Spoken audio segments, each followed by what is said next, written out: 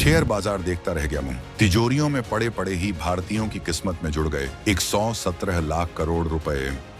America और चीन की करेंसी हुई पस्त। 34,600 टन पीली धातु के दम पर हर भारतीय परिवार बना अब चलता फिरता बैंक। डॉलर की बादशाहत पर लगा ग्रहण। दुनिया भर के सेंट्रल बैंकों ने कागज के नोट फेंक कर शुरू कर दी है सोने की सबसे बड़ी लूट।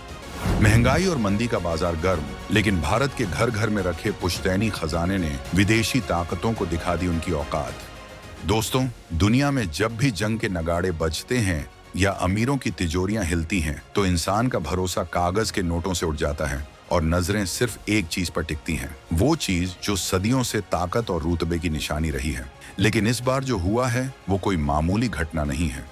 2025 में एक ऐसा आर्थिक भूचाल आया जिसने दुनिया के बड़े बड़े स्टॉक मार्केट और क्रिप्टो के गुब्बारों की हवा निकाल दी।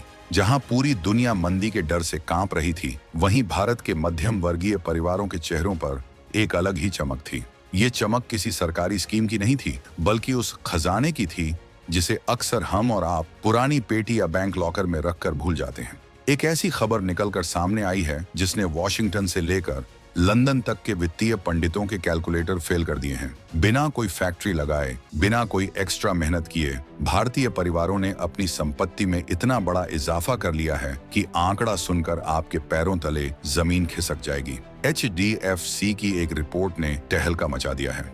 आखिर कैसे एक ही साल में भारतीयों की जेब में बिना कुछ किए लाखों करोड़ रुपए आ गए? वो कौन सा पीला जादू है जिसने शेयर बाजार और बॉन्ड मार्केट को धूल चटा दी है? और 2026 में ऐसा क्या होने वाला है कि चांदी के भाव सोने को भी टक्कर देने वाले हैं? क्या सच में आने वाले वक्त में 10 ग्राम सोने की कीमत 2 लाख रुपए के करीब पहुंचने वाली है? क्या डॉलर अब रद्दी का टुकड़ा बनने वाला है? इन सारे तीखे और रोंगटे खड़े कर देने वाले सवालों के जवाब हम आपको इस वीडियो में आगे देने वाले हैं। हम आपको बताएंगे इस धमाकेदार खबर की पूरी कहानी, तो बने रहिएगा वीडियो पर और इस संबंध में आपके जो भी विचार हों कमेंट में लिखकर जरूर बताइएगा। भारतीयों की खामोश अमीरी और 117 लाख करोड़ का सच, इस पूरे खेल को समझने के लिए आपको थोड़ा गहराई में जाना होगा, वहां जहां असली भारत बसता है। हम अक्सर शेयर बाजार के सेंसेक्स और निफ्टी को देखकर खुश होते हैं, लेकिन असली गेम तो कहीं और चल रहा था। साल 2025 इतिहास के पन्नों में स्वर्ण अक्षरों में दर्ज हो गया है, क्योंकि ये वो साल था जब सोने ने अपनी असली ताकत दिखाई। HDFC म्यूचुअल फंड की एक धमाकेदार रिपोर्ट सामने आई है जो बताती है कि पिछले एक साल में भारतीय परिवारों की नेटवर्थ में, यानी उनकी कुल जमा पूंजी में 1-2 करोड़ नहीं बल्कि पूरे 117 लाख करोड़ रुपए का इजाफा हुआ है। अब जरा इस आंकड़े को हजम करने की कोशिश कीजिए। 117 लाख करोड़, ये रकम इतनी बड़ी है कि कई छोटे देशों की पूरी अर्थव्यवस्था इसमें कई बार खरीदी और बेची जा सकती है। और सबसे मजे की बात यह है कि ये पैसा कमाने के लिए किसी को दफ्तर में ओवरटाइम नहीं करना पड़ा, किसी किसान को एक्स्ट्रा हल नहीं चलाना पड़ा। ये बस बैठे बिठाए हुआ मुनाफा है। कैसे? क्योंकि 2025 में सोने की कीमतों में जो 60% से ज्यादा का ऐतिहासिक उछाल आया, उसने हर उस घर को अमीर बना दिया जहां थोड़ा भी सोना रखा था। हमारे देश में दादी नानी अक्सर कहती थीं कि बेटा सोना खरीद ले, बुरे वक्त में काम आएगा। आज वो पुरानी नसीहत दुनिया की सबसे बड़ी फाइनेंशियल एडवाइस साबित हुई है। चाहे वो गांव की कोई गृहिणी हो जिसके पास शादी के कंगन रखे हों, या शहर का कोई मिडिल क्लास परिवार जिसने बेटी की शादी के लिए थोड़ा थोड़ा सोना जोड़ रखा हो, सबकी संपत्ति रातों रात बढ़ गई। ये उछाल सिर्फ अमीरों के लिए नहीं था, बल्कि ये भारत की उस परंपरा की जीत थी जो सदियों से सोने को भगवान मानती आई है। मॉर्गन स्टैनली, जो दुनिया की सबसे बड़ी वित्तीय संस्थाओं में से एक है, उसका डेटा देखकर तो विदेशियों की आंखें फटी की फटी रह गई हैं। उनके मुताबिक भारतीय परिवारों के पास करीब 34,600 टन सोना है। जी हाँ, 34,600 टन। ये दुनिया में किसी भी देश के पास मौजूद सोने के भंडार से कहीं ज्यादा है। अमेरिका और यूरोप के सेंट्रल बैंकों के पास भी इतना सोना नहीं है जितना भारत की माताओं और बहनों के पास रखा हुआ है। ये सोना हमारे घरों में, अलमारियों में और लॉकरों में पड़ा है, जिसकी वैल्यू आज ट्रिलियंस ऑफ डॉलर्स में है। ये भारत की वो छिपी हुई शक्ति है जो किसी बैलेंस शीट में नहीं दिखती, लेकिन जब वक्त आता है तो दुनिया की बड़ी बड़ी अर्थव्यवस्थाओं को बौना साबित कर देती है। अब दिल थाम कर बैठिए, क्योंकि अब हम आपको वो बताने जा रहे हैं जो 2026 में होने वाला है। अगर आपको लग रहा है कि सोने की दौड़ खत्म हो गई है, तो आप बहुत बड़ी गलतफहमी में हैं।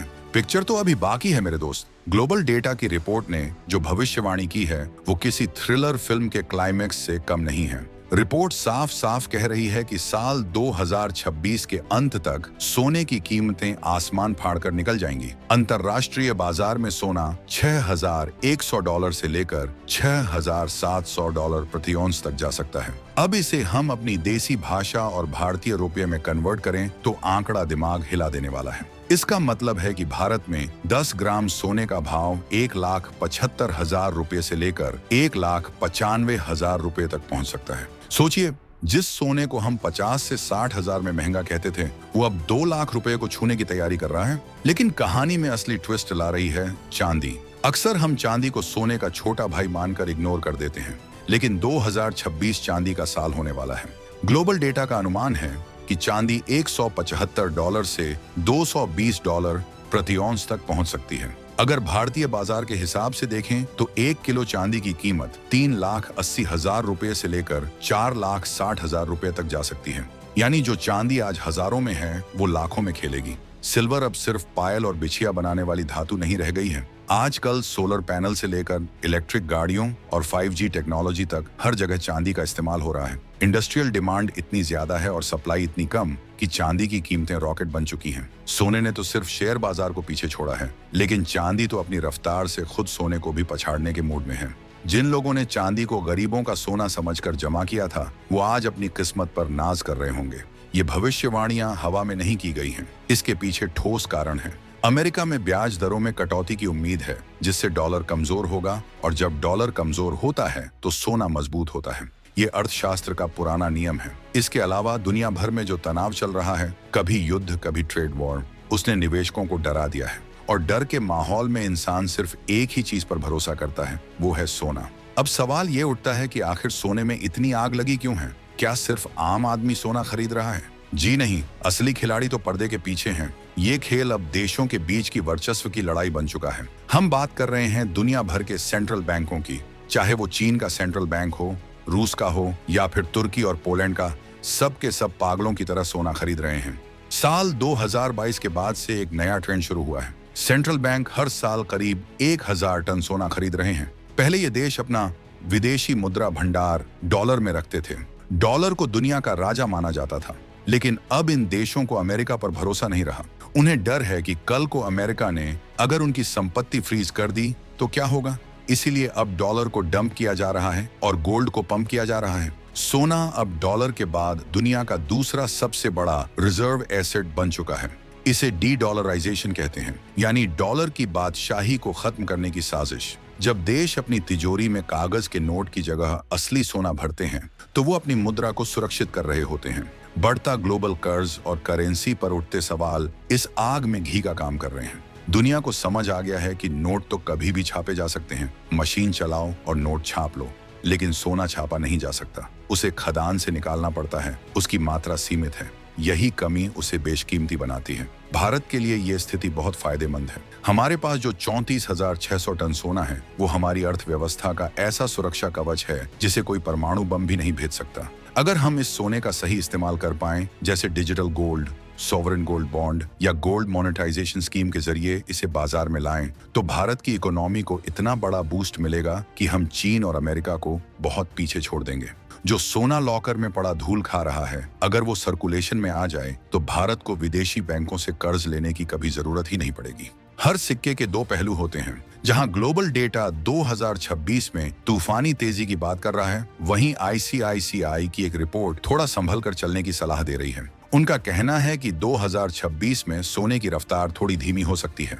इसे मंदी मत समझिएगा, इसे सांस लेना कहते हैं। जब कोई धावक बहुत तेज दौड़ता है तो वो बीच में थोड़ी देर के लिए सुस्ताता है ताकि फिर से लंबी दौड़ लगा सके। ICICI के मुताबिक मुनाफा वसूली का दबाव आ सकता है। जिन लोगों ने 2025 में मोटा पैसा कमाया है वो शायद थोड़ा सोना बेचकर अपना मुनाफा घर ले जाना चाहें। साथ ही अगर दुनिया में रिस्क कम होता है, हालात थोड़े सामान्य होते हैं, तो सोने की मांग में थोड़ी नरमी आ सकती है। लेकिन, और ये बहुत बड़ा लेकिन है, बड़ी गिरावट का कोई चांस नहीं है। इतिहास गवाह है कि सोना गिरता नहीं है, बस थोड़ी देर के लिए रुकता है। आम निवेशक के लिए और भारत के हर उस परिवार के लिए जो अपनी बेटी की शादी या अपने बुढ़ापे के लिए पैसा जोड़ रहा है, संदेश एकदम साफ है। अनिश्चितता के इस दौर में सोना सिर्फ एक गहना नहीं है, ये भरोसा है। शेयर बाजार क्रैश हो सकता है, बैंक डूब सकते हैं, जमीन पर कब्जा हो सकता है, लेकिन आपके हाथ में रखा सोना दुनिया के किसी भी कोने में किसी भी वक्त अपनी कीमत वसूल कर देगा। आज के दौर में जब दुनिया में हर तरफ उथल पुथल है, तब भारतीय परिवारों की ये नेटवर्थ का बढ़ना सिर्फ एक आंकड़ा नहीं है। ये भारत की उस पुरानी सोच और समझदारी की जीत है जिसे मॉडर्न इकोनॉमिस्ट अक्सर पुराने जमाने का कहकर मजाक उड़ाते थे। आज वही पुराना जमाना मॉडर्न दुनिया को इकोनॉमिक्स का पाठ पढ़ा रहा है। हमारे पूर्वजों ने हमें जो सोना खरीद कर रखने की आदत डाली थी, आज वही आदत हमें दुनिया का फाइनेंशियल पावर हाउस बना रही है।